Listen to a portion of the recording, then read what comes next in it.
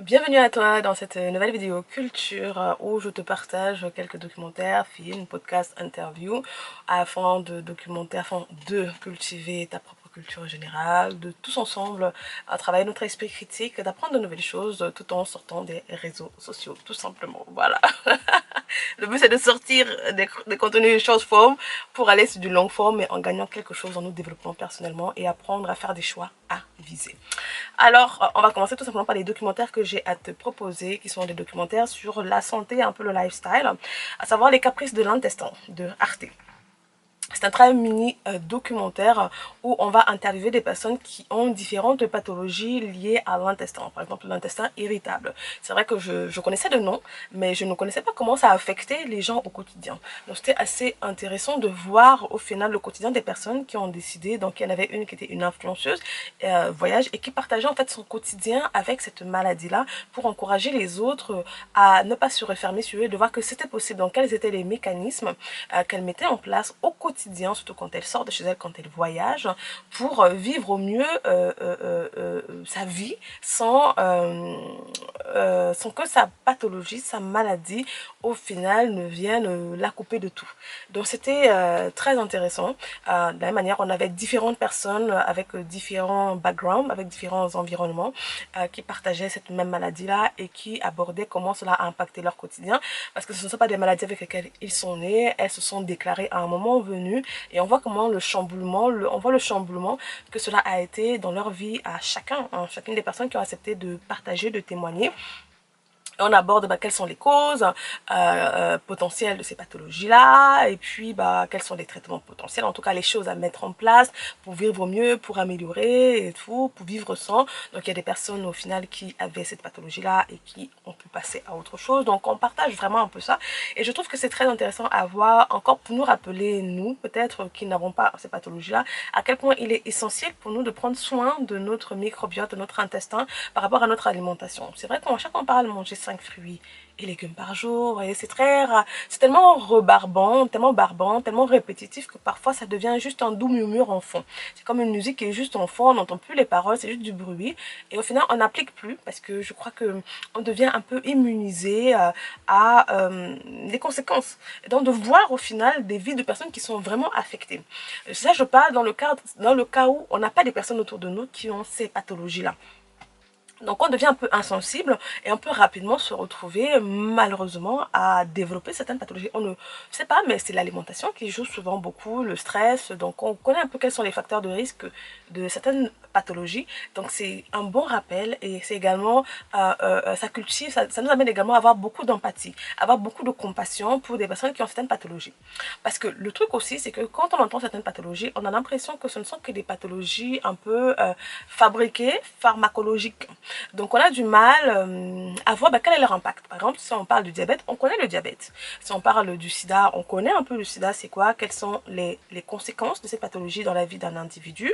L'hypertension aussi, on peut comprendre, mais certaines pathologies qui ne sont pas très mainstream. Et donc on aura du mal à comprendre qu'est-ce que les personnes endurent, par exemple. Donc je crois que c'est très bien de voir ça pour également développer notre empathie et également nous permettre d'apprécier également ce qu'on a.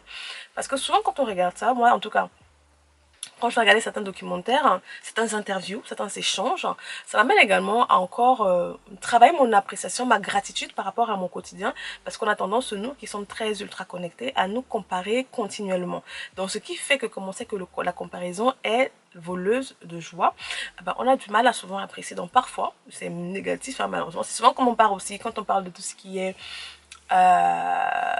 faire un peu des dons, tout ce qui est malheureusement entre guillemets tourisme de pauvreté, où des personnes vont avec un peu le syndrome de sauveur, mais c'est pas pour tout le monde, c'est pas le cas de tout le monde, mais souvent quand on part dans des environnements qui sont moins privilégiés que les nôtres, ça nous permet encore plus d'apprécier notre quotidien. Donc souvent aussi de voir le partage de certaines personnes qui ont certaines pathologies, ça nous permet encore d'apprécier la santé en fait. Elles nous encouragent, elles ne sont pas dépressives de leur côté, mais elles nous encouragent également à apprécier notre santé et à en prendre soin. Voilà, en prendre soin. Donc vraiment, je t'encourage à le voir. Il est très court, hein. C'était 35 minutes, je crois, 30 ou 35 minutes à regarder. Donc c'est vraiment beaucoup de partage et ça mène également à de la réflexion. Et ça pousse, en tout cas moi ça me pousse à continuer à me documenter sur la flore intestinale, le microbiote, l'intestin, parce que c'est également une partie très importante dans notre bien-être. Deuxième documentaire, c'est Une vie ordonnée par Arte, qui marche également main dans la main avec le troisième documentaire que je vais te présenter, Ranger, l'ordre rend-il heureux. Donc c'est vraiment des discussions autour de l'ordre, autour du rangement, et j'ai beaucoup apprécié. Bon, moi je suis quelqu'un qui aime l'ordre. Je pense que si tu regardes la vidéo, tu peux t'en rendre compte que j'aime les choses structurées, j'aime l'ordre. Ah, rappelle-toi, je t'ai partagé dans mon bilan dernier que j'avais enfin réussi mon projet de 9 mois de nettoyage total de notre maison familiale et tout. Donc tu vois que je suis patiente quand même à ce niveau-là. Donc d'avoir, de discuter, d'écouter encore des discussions sur la notion de l'ordre, l'importance, qu'est-ce que ça peut apporter. Ce n'était pas spécifiquement sur le minimalisme, mais on abordait également cette question-là. Et ce qui est bien dans ces documentaires, c'est qu'on n'a pas juste un minimaliste qui parle, on avait par exemple une mère de famille qui est également, je crois, productrice, donc qui est hyper chargée, donc chez elle c'est pas du tout minimaliste, elle n'est pas du tout minimaliste, donc comment est-ce qu'elle applique l'ordre dans sa maison avec 4 enfants, un mari, un travail, ou... voilà, donc c'était différentes circonstances, toujours un peu comme dans le premier documentaire, où c'était des interviews avec différentes personnes qui vont aborder cette question d'ordre, les bienfaits, une manière de voir autrement, différemment. Donc ce n'est pas culpabilisant, comme souvent on va te dire tu dois avoir un pantalon, une jupe et puis tout doit se contenir, toutes tes affaires doivent être contenues dans une valise. Ce n'est pas du tout le cas, mais c'est une très belle discussion que je pense que nous, en notre ère, notre génération où il y a tellement autant de surconsommation, on ne se rend pas compte à quel point nos possessions matérielles commence à nous envahir. On n'est plus maître de nos possessions, mais sans nous en rendre compte, nos possessions matérielles deviennent nos maîtres. Parce que chaque fois qu'on achète quelque chose et qu'on l'amène chez nous, c'est du temps, de l'énergie. Non seulement c'est de l'argent qui a déjà été dépensé, mais cela va nous demander du temps, de l'énergie, ne serait-ce que pour ranger, pour s'assurer, pour porter. Donc, en fait, ça nous amène à une réflexion globale, totale, sur notre consommation également et sur la manière dont notre environnement est régi. Certains vont se dire que non, moi je suis désordonnée et tout. Mais est-ce que vraiment tu es désordonné? Est-ce que tu te rends compte peut-être de ce que tu perds avec cette cacophonie ambiante qui semble être... Ah voilà, qui semble te convenir. Donc, en tout cas, c'est des discussions intéressantes qui éveillent des points de réflexion. Voilà, il y avait vraiment différentes tranches d'âge, hein, différentes discussions, mais sans jugement, vraiment sans jugement, ça apporte juste des pistes pour l'auditeur, la personne qui va regarder et tout, les bienfaits de l'ordre et comment l'appliquer. Donc je te conseille vraiment de le regarder, voilà, je t'encourage vivement, ils sont vraiment très très bien faits et très instructifs en tout cas, pour moi. Ensuite, on passe au niveau du film. Au niveau du film, c'est le cinquième élément, voilà, avec Bruce Willis et Mila Jovovich que j'ai vu le mois dernier, qui était vraiment sublime. J'avais déjà vu très jeune, mais je me rappelais plus trop. Donc, c'est un film de science-fiction de Luc Besson, qui date de 1997. Hein, et franchement, trop beau, les couleurs. Tu vois, tu sais que j'aime le vintage déjà de base, tu sais que j'aime le vintage. Mais celui-là, alors, franchement, sublime. Surtout qu'il est hyper coloré. Il est hyper coloré comparé à ce que Vintagement, ce que j'ai l'habitude de regarder. Donc c'est un peu, nous sommes dans une ère, je sais plus, c'est pas une ère post-apocalyptique, mais nous sommes vraiment dans une ère où, en tout cas ce qu'on peut imaginer, où il y aura des voitures volantes, tout ce genre de choses là et tout.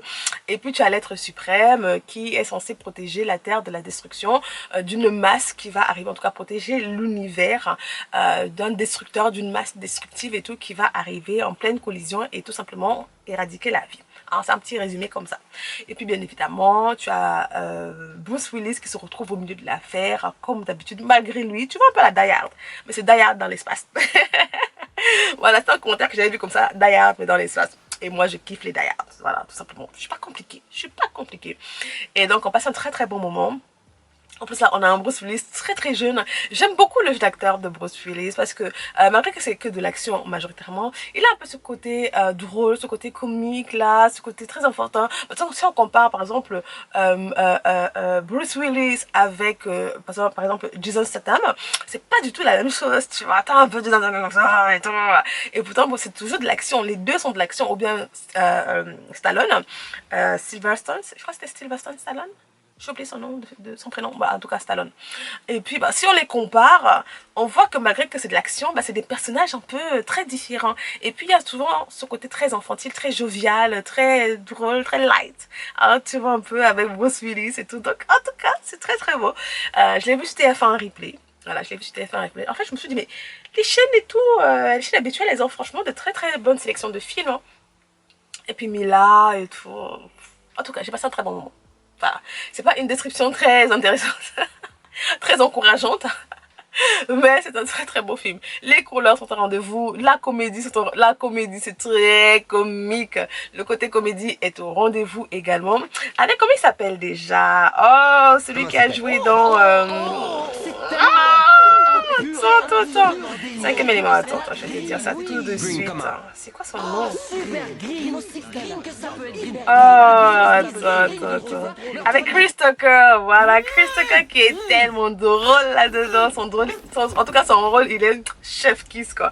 Donc, je te conseille vivement, si tu veux quelque chose qui va te détendre un peu, sans être ennuyant. Donc, je te conseille le cinquième élément. Maintenant, on va passer à un interview. Donc, c'est pas, je ne considère pas que c'est pas un podcast. Je ne le considère pas comme un podcast, mais plutôt un interview sur l'agroalimentaire. Voilà, il est assez long, donc je te conseille de le découper en petits morceaux pour le regarder, mais c'est une pépite.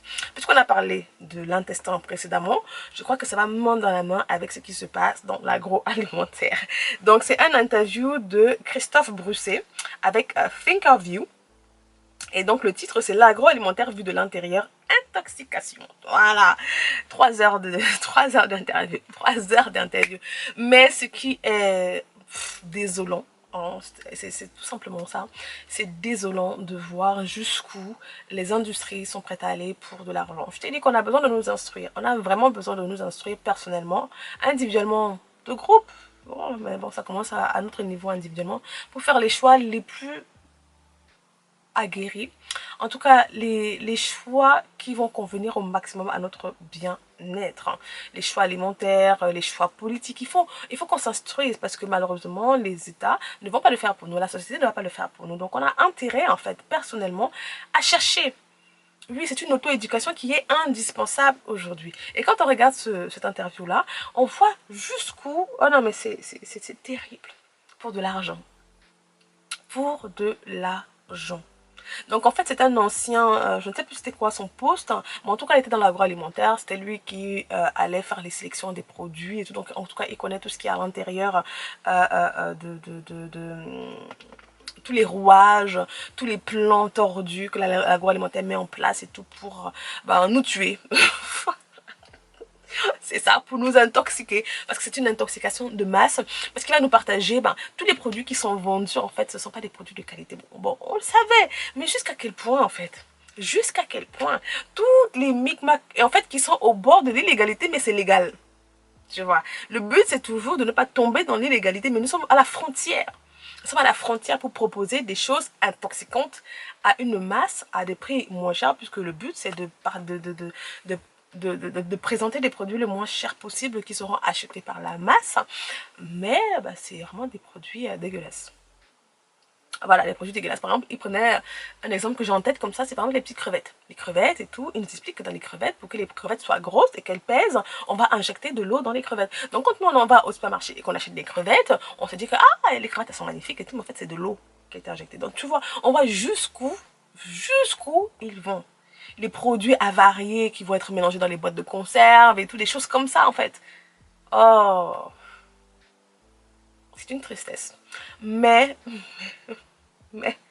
il faut le savoir. Donc vraiment, franchement, je te propose de prendre le temps parce que l'alimentation, elle est très importante. Rappelle-toi dans le premier documentaire que je te présentais, et il y a déjà plein de documentaires que je t'ai présenté par rapport à l'alimentation, on voit au final ce qui arrive quand ça déraille à l'intérieur. Et aujourd'hui, on ne connaît pas forcément toutes les causes exactes, même si je crois qu'on peut avoir... il y a des flèches qui montrent, des néons qui tendent vers certaines directions.